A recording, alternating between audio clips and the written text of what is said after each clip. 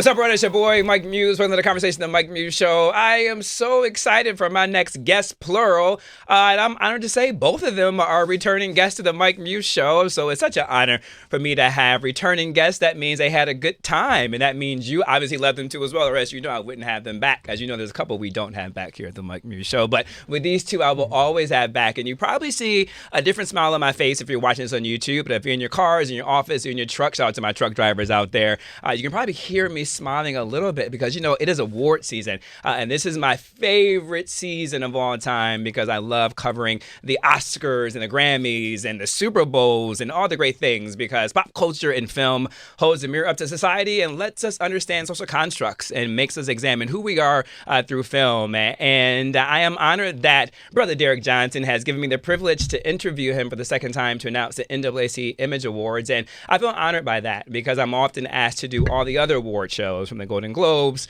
wake up super early for those nominations, the Oscar early nominations. And so I'm so thankful. It's a privilege that I get the chance to discuss the NAACP Image Awards because, folks, what they announced today is nothing short of Black excellence in ways that I haven't seen before. And so I can't wait to dig into it because I don't know if the surprise guest I'm holding out a little bit, Chloe Bailey, the amazing and talented, understands that almost 50 to 90% of this guest list are visitors of the Mike Muse Show. And so it's just such goodness today. So without further ado, the beautiful, the incomparable, you guys got to go to YouTube to see her coat game, Chloe Bailey. What's happening? What's happening? How are you? Tell me more about that coat. That's a personality unto itself. Yes. Well, we are in New York City and it's very cold. So this is just to keep me warm. Good. How you feeling today? I'm feeling blessed and highly favored. Oh, amen. Amen. Won't he do it? Always. Okay, Jesus in the room. I know I was interviewing Jesus too. I like that. Derrick Johnson, how are you feeling, brother? Oh, Happy New Year. CEO and President of NAACP. How are you, friend? Look, I'm loving your coat game there. That burgundy is standing out. I was about to come right back to you with that brown. That's a cognac. Is that cognac or brown? I don't Targets. I don't know what it is, man. You said Target. Yeah, no, I'm joking. Oh, yeah. I wouldn't have been mad at it. I low-key, while I was in Target over the holiday, and I found like the dopest blazer that I wanted to get. They didn't have my size in the store, and I went to the website to find it, and I couldn't find it in my size neither. So Target, do better. We're trying to work with you guys. Derrick, congratulations on the 56th Annual NAACP Awards. How do you feel about this one? I feel like this one feels different. I feel good about the opportunity to celebrate Black excellence. Mm-hmm. Every year we do this. We are entering into a political climate that's different. We've seen it before. It is not going to be pleasant. So for us to celebrate us, to recognize the contributions of so many artists in this moment is really significant because we need some joy. We need some cheer, and this is that opportunity. Well, because I am a TV lawyer, and by that I love watching Law and Order, I do understand when the prosecution admits evidence into the case, the defense gets a chance to respond. So since you brought up politics, I wasn't. Now the floor is open for me to come through the door and talk politics, but I won't get to it just quite yet. Chloe, how as an entertainer, I'm an artist yourself, and don't worry, I'm not going to ask you any political stuff, but as an artist and entertainer, how do you feel seeing such great excellence that you had the chance to present and to nominate from an entertainer perspective? It feels inspiring. It feels elevating in a way that it makes me value myself more as a Black woman, knowing that we are worthy of something because we put so much of ourselves into our art. You know, whether it's joy, pain, we've done that for years and years. So to know that our very own people are the same ones who are honoring and supporting us, it's really, really cool to be a part of. Well, if you don't mind, I want to lean more into that term enough because that's something that Demi Moore highlighted a lot during the Golden Globes in her speech. And she said for so long she didn't feel like she was enough. And I was just looking at the nominees of the Golden Globes and seemingly of this award season, it's a lot of women who've been in Hollywood for a long time. And typically, as women get older, as you know, they typically age out, not by their own choice. But it seems like there's a moment of reclamation for women, in particular older women who are not in fighting against the system and changing that narrative. Why did you emphasize the word enough? Why I emphasize the word enough? It's not even just in this industry. I feel like being a young Black woman, and I feel like all women my age feel this way, but it's like am I smart enough? Am I articulate enough? Am I pretty enough? Am I powerful enough? Am I doing too much? Am I not enough? Am I not this? Am I not that? So it's really validating when exactly how you are is valued. And I think it's really special for the Image Awards especially, and I'm so grateful that last year, Praise this film that I did with Will Packer, it was an all-black cast, all of my peers, we won an Image Award, and then again to be nominated this year for my music, it really means a lot, so I'm just beaming. You look like you're beaming. And shout out to Will Packard and Taylor Cowan, friends of me and to the show. Yes. I love that you talked about that with such honesty and vulnerability. And I'm just wondering, Derrick, as you sit here and you listen to a dynamic artist like Chloe, does it give you more drive to keep the Image Awards going and to the point to where she said elevated earlier? That stood out to me too as well. What do you take from what she just said in the key word, which is elevated? Well, it's not only what she said, it's just how she's presenting poise, confidence, clear, appreciative of the contribution of all those who came before her, but more importantly, acknowledging her skills, her talents, her contributions. All of those things are embodied into what we just was presented with. And that's why the Image Awards is important. It is really difficult when you're in the fishbowl and everyone is looking at you and they are measuring everything you do. That's a hard life. It's a lonely place, and it's a difficult thing to navigate. And so for someone who's 26 years old to be able to do that in this moment, it's important. But for the Image Awards, it's the gathering of Black excellence in the arts and entertainment community. It's an opportunity for intergenerational entertainers to come together. Hopefully, it's an opportunity for them to begin to talk about that journey.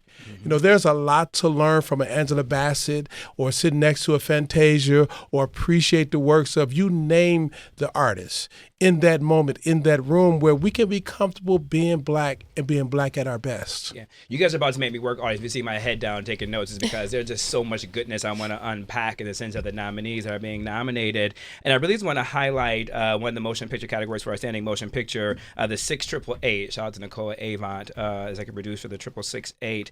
That really highlights the role of Black women in the military, to which what Chloe is just mentioning, the word enough, right? That the military and U.S. government didn't feel like they were enough to even be honored and recognized. Talk to us a little bit about, Derrick, when you read off together with Chloe that the 688 was nominated. What did you gather from that? Because for me, this isn't just about film, but so many other the social constructs that goes there. So it's an example of all the untold stories, all the narratives that need to be brought to life. How many World War II films and TV series have we seen and never gave a true understanding of our contribution to perfect democracy, to protect democracy, and all those people who sacrificed? The fact that you had a unit of women who was willing to fight for this nation and contribute, and they did so effectively, it lifted the morale of the troops. It is our opportunity in this space to continue to push for more narrative, for more storytelling. There have never been anything done on Ida B. Wells. We have yet to see something on Ella Baker's. We are overdue on something on Sojourner Truth. These are Black women who've done so much for all of us, and yet their stories have been buried. So to announce that film as a nominee is an accomplishment of many more accomplishments that we need to push for. I even think about deeper as I was watching that movie, Patriotism, and the way that patriotism has been co-opted. In the way in this current climate, in this current society. Prior to this last 4 to 8 years, I'll just leave it at that for now, I've been really advocating this idea that Black people are patriots, and for us to celebrate our own patriotism, because of the fact that when we deny the patriotism, we deny the legacy of these women from the 688. We deny the women, the Black men and women, in particular Black men who fought over in World War I and World War II, who came back and could not receive the benefits of that. And I think we have a responsibility to honor their service through patriotism. What say you, as you travel around the country advocating for rights and civil rights, to the idea of patriotism, and should there be a reclamation of Black people to reclaim that word patriotism? I don't think we ever stop claiming it. We need to acknowledge it. Our job is to make democracy work for all. And what has happened over time, we have saved democracy over and over again. Yesterday was the fourth year of January 6th. You know who the real patriot was? It was the brother in the hallway who diverted the mob so he would not take out senators. And we need to recognize that what happened in World War II, it was not only these women, it was the Tuskegee Airmen. What happened in World War II, leading up to it, was Jesse Owens claiming that white supremacists in athletics and sports is a fallacy, that we are as strong, as fast, as creative as anyone else. What has happened in this nation, we have built this joint for free, as Angela Rye say, and we need to claim that, own that, and not run away. We are the true patriots in this democracy. Love how you put that. I want to go to you, Chloe Bailey, now, because the piano lesson leads with 14 nominations coming through with this, and we had the privilege here at the Mike Muse Show to do the town hall, right, Davian, with the piano lesson cast. That is just a story, of just like Black legacy and family, but at the center of that is piano. And if you think about to the origins of history and humanity, Black folks and music, I'm thinking about the banjo, has always been part of our story, the hymns. Yeah. Talk about that from an artist perspective, the role that music has played in our culture, in particular in our families. Music has played a role of healing and celebration and togetherness. And music has lots of times been the light when we have been in a dark tunnel. And to be here today to create music as a young Black woman who is liberated to speak on whatever I want, I would not have been able to do that without the ones who have come before me. And a few of my favorites, of course, Nina Simone. I love her. Just how she was so free with who she was, not only through music, but also she would speak publicly about political issues and injustices as well.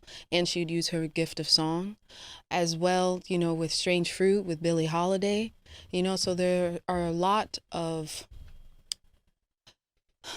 beautiful timepieces where you can go back and remember the pain, the joy that was in whatever that moment might have been when that song was created. And it's like it's a time capsule. So music really holds so much to me, and I hope to one day be able to have that impact. So yeah, I'm just. And what about the role of gospel music to you?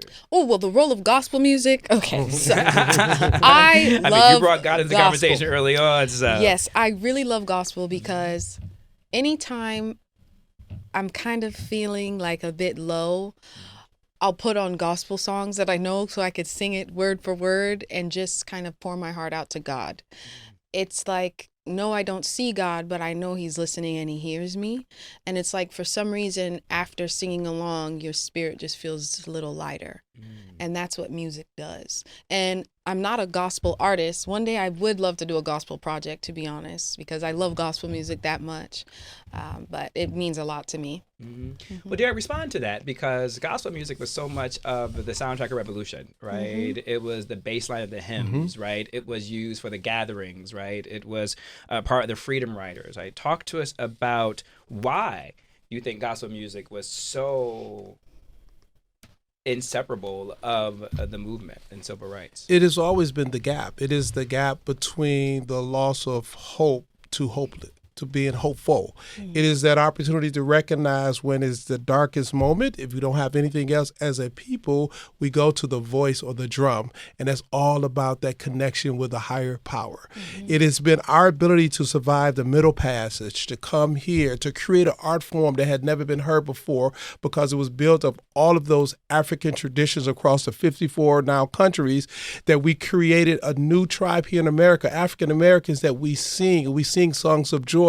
We sing songs of grief, but more importantly, we sing songs of inspiration. That's gospel music. Growing up in a Black church, I tell people that, but for me not being able to remember the words and not having any tune at all. I would have been a great singer, right? But it's you have a great voice. That's right. Being in the church and in that moment when you start feeling the movement of that church, those older women who've come through so much, those deacons who begin to do prayers that seem like they last for a long time, but you listen closer, you realize the hardship that brought them to that moment, the appreciation that of all the things we've come to be here in this moment. You and I sit here because we're standing on shoulders of many who sacrificed. She's sitting here because of a legacy of music and a higher power that we believe in, and as a result of that, we're here. Yeah. Yes. Which is why I'm so excited, audience, if you haven't had the chance to look at the Image Awards who have been named right now, is the one I got most excited about was my dear friend Titus Kafar for his film Exhibiting Forgiveness, who we've had the pleasure to do a town hall unpacking that. And that was one of our biggest town halls. And the reason why is because it examines religion in exactly the way that you two are talking about. And I also, too, am a big believer that sometimes when you examine something, it actually can bring you deeper into your faith, more so being critical. And I think for me, that was one of the most powerful films of the season that isn't getting its proper due. And so I'm so excited to the members of the NAACP who brought that film forward to do this exact same reason, to question and to examine religion, but also to talk about forgiveness. And so I want to ask you, Chloe, you started out talking about enough, right? Like, how do you think, and not just even as an artist, just as Chloe Bailey as a woman, right? And as a Black woman who maybe doesn't feel like enough, do you often forgive yourself? Like, do you give yourself grace? That's a beautiful question. I am learning to give myself grace. And I'm learning to forgive. I feel all of us as human beings, we can be very hypercritical of ourselves. And we don't realize that the things we say to ourselves internally, sometimes we wouldn't even dare to say out loud to another human being.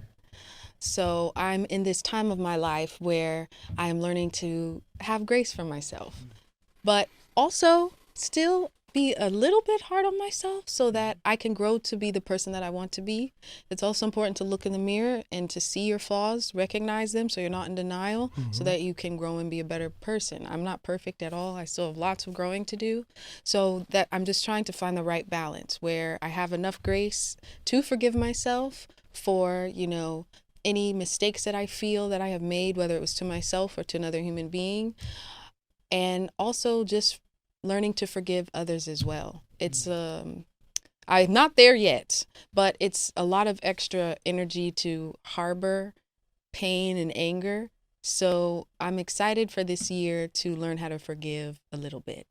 I think we all are. Yeah. I want to add into the vulnerability that you're bringing. None of us are perfect, and I think it's important that we all are critical of ourselves. Well, Derrick Johnson, I asked her to be vulnerable, and I don't want you to be Derrick Johnson, the NAACP, but I want you to be Derrick Johnson, who's a father of 2 Black boys. I see 5 kids. 5 kids. I see 2 here today. Two here today, okay, but 5 total. Yeah. So 5 children. One wife, one household. I'll put that out there. Yeah, for sure. No, absolutely. So, these days you have to clarify. We don't want no issues. 2 of my high school classmates, they got 5 and 3 baby mamas, so I'm just want to be clear. Yeah. We don't want no issues back at home That's tonight. all right.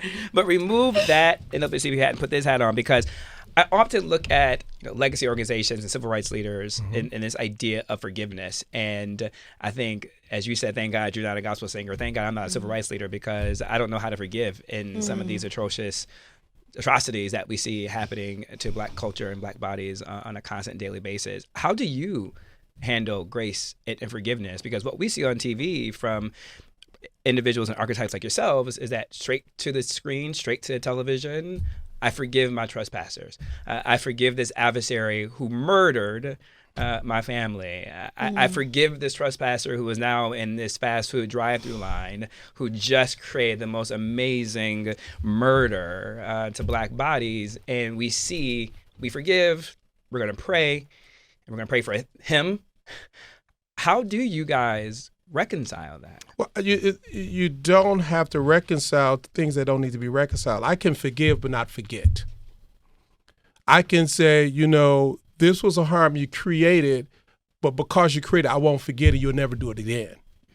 I can say, I forgive your sloppiness as it came to our community or your malicious intent, but I'm not going to forget, and you would never do that again. And if I get a chance, I'm going to make sure you feel some harm, but I forgive you. I don't have to reconcile that. In this society, we confuse the concepts of power and forgiveness. Individuals who are seeking power, they will use all means to take it. They operate initially within guardrails. We operate within our guardrails, but they go outside of the guardrails. And I know that.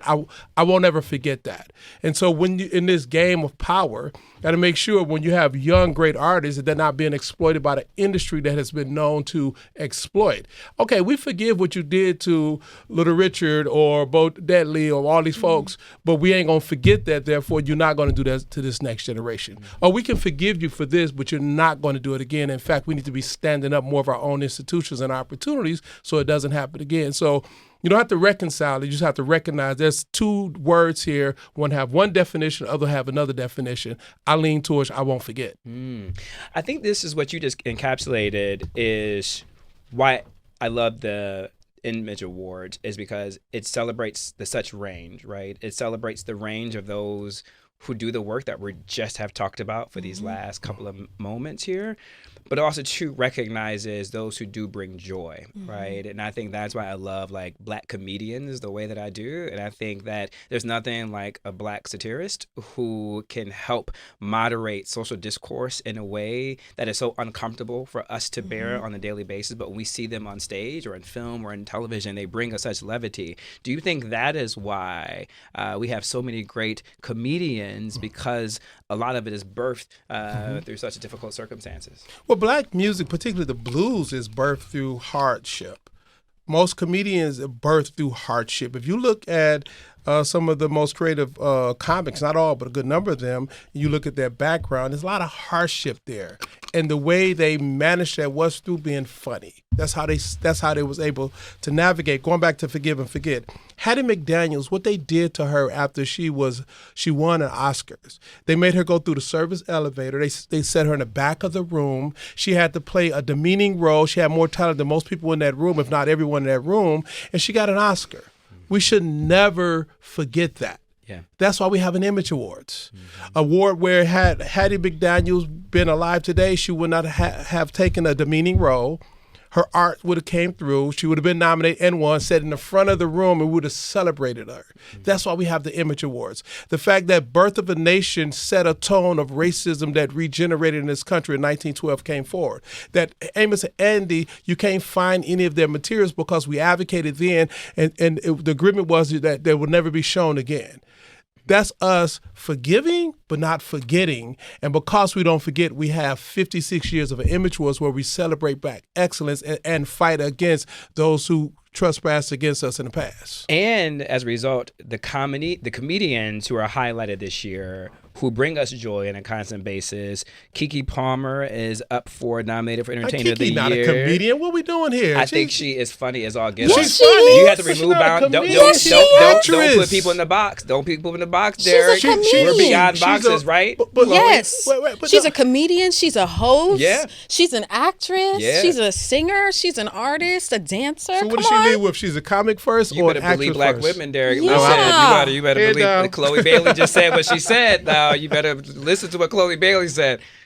I'll take it. I'll take it. I'll take it. We don't want no problems, right? That's right. This is like a Black family dinner right now, right? That's right. We went from love and joy and despair. Well, she's funny. Wait a minute. She's very funny. She's hilarious. Yes. And then you have, I would say, as Chloe just said, she's slash, right? But part of that, she does bring so much joy. We have Kevin Hart. And then we have Abbott Elementary, who's been nominated, which gives me so much joy. I love that show. Right? Yes. Isn't that good? Yes. Quinta did such a brilliant job with that. And I think, too, for, the kids who, grew up with her on social media, that he got money. That's my favorite one. How she came from that. It's just amazing to see what happens when you give talented Black people a platform. Yes. And it's a show that has won so many awards, critically acclaimed. It highlights how the world is. It's diverse in every way. We're not leaving anyone out. I'm just really proud of her.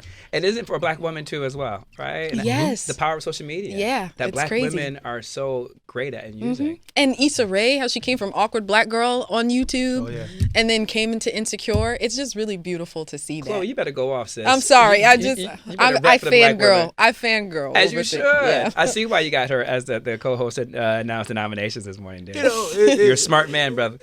To have us for us is a beautiful thing.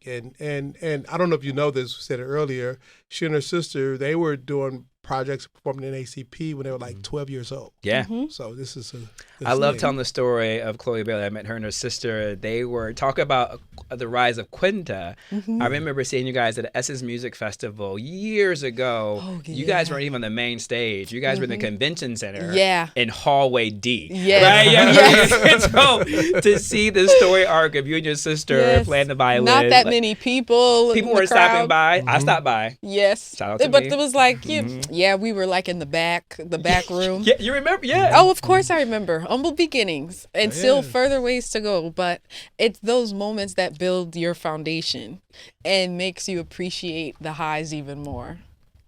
So. I mean, I kind of want to interview right there because I can't keep you guys so much. But Chloe, you just unpacked so much. Perseverance, hard work, tenacity, working on your craft.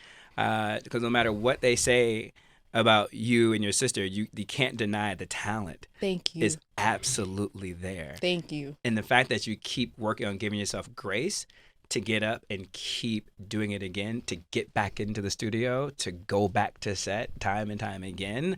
I salute your bravery because even in this moment, I don't think we are even recognizing how hard that is. Right, like I have to get up an amazing support system of around course. me. I couldn't do this alone. But I truly appreciate that. I really do. Because there's something to be said. Like for me, I get up and I'm judged on my intellect because this show is rooted on social construct, and so I'm judged on how smart I am. I don't get the liberty to be fun and to be cheeky and throw out facts just to throw out facts that don't exist because it's gonna go viral. Yes. Right, and so every day I get on TV, I have to be smart. And to hear the comments when they're judging how my intellect. Yeah. And that is hard. But you don't have to prove yourself to anyone. You know your smarts, you know your brain, you know your intelligence. And that's something I'm teaching myself too. Like we know what God has given us, so we don't have to exert so much energy to prove it to other people. We just have to be. So that's what I'm learning. Ladies and gentlemen, Minister Chloe Bailey. And with that, this is the reason why everyone needs to tune in to the 56th annual NAACP Image Awards, Saturday, February 22nd at 8 p.m. Eastern Standard Time on BET and CBS. I just need more time with you. I'm so mad at this person in the corner in this beautiful pink shirt who keeps rapping me when I thought we were friends, but she keeps mean mugging me to wrap this incredible conversation up. But Derrick and Chloe, did you guys enjoy yourselves? No, thank you for the opportunity. Yeah. Absolutely. I want to keep unpacking. So maybe we can do something behind the scenes of the awards and leading up to it because there's so many dope conversations to continue. I'm so proud of the both of you. Thank you for the work that you do, Chloe, bringing your artistic and your gifts to the world. And Derrick, thank you for doing literally the work of God every single day with your team and the units and all the departments that you have in the NAACP. But for you to be the face of that and to take all the hits that you do, I want to make sure that you receive your flowers, at least from me, from a black man to another black man. Thank you for everything. Till next time, folks.